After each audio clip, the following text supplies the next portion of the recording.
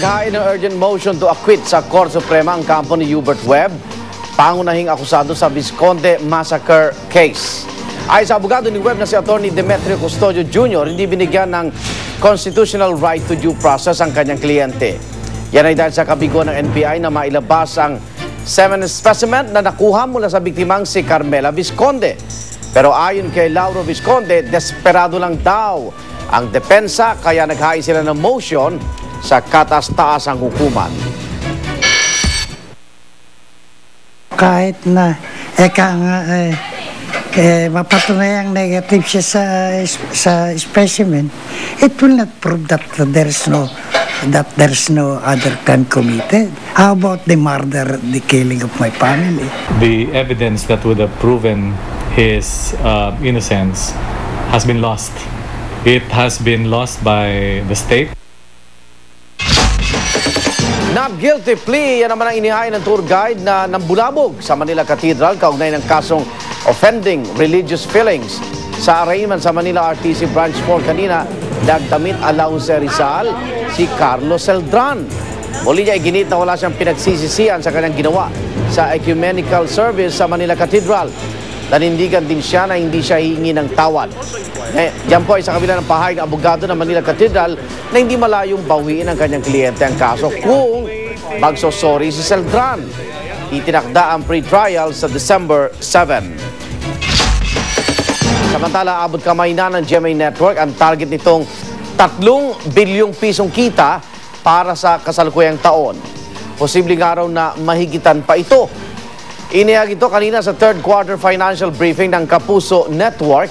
At ang tagumpay na yan, mga Kapuso, ay dahil sa inyong walang sawang suporta at pagtitiwala. Saksi si Rauna Crisostomo. Kumpiyansa ang GMA Network na maaabot nito ang 3 billion peso target na kita sa taong 2010. Lalo na't pumatak na sa 2.3 billion ang naitalang net income ng istasyon sa katatapos na 9 na buwan.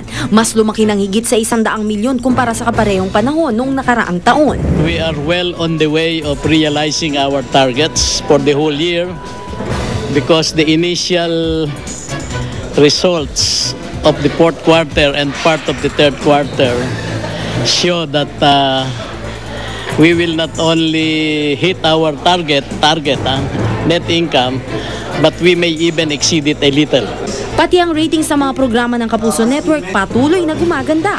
Sa Mega Manila mula Hulyo hanggang Setyembre, ang GMA ang pinakapinanood na channel. Lumaki ang lamang ng GMA sa ABS-CBN sa 6.4 percentage points. Maging sa Urban Luzon kung nasa ng 77% ng TV population ng bansa, nanguna sa ratings ng GMA. Lamang ito ng 2 percentage points. At ngayong buwan ng Oktubre sa nationwide TV ratings, lalo pang umaarangkada ang Kapuso Network at napaliit ang lamang ng kabilang istasyon. Mas maaasahan ang ating mga manonood ang mas magaganda pang mga programa at tayong nagpapasalamat muli sa ating mga manonood at gayon din sa ating mga partners in the trade as well as of course our many investors for their support. May maagang pamasko rin ng GMA Network sa mga shareholders nito. Nitong umaga, inaprubahan ng Board of Directors ang special cash dividend na 25 centavos kada share. I think first time na nangyari na nag-declare tayo in time for Christmas ang GMA. So, advance Merry Christmas sa mga GMA shareholders to. Sa board meeting din kanina, hinirang na President at CEO ng network si Gilberto Arduavit Jr.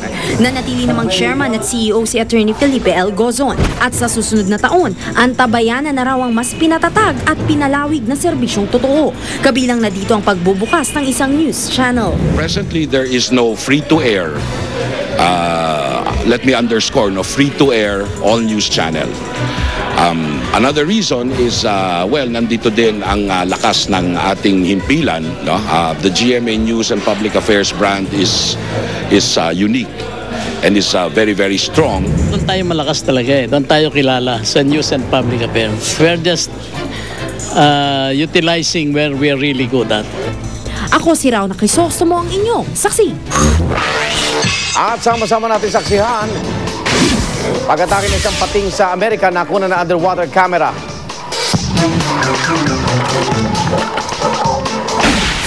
At Municipal Hall sa Bawang La Union naging haunted house. Balita natin nag-isang liga ng katotohanan sa sama-sama nating pagiging saksi.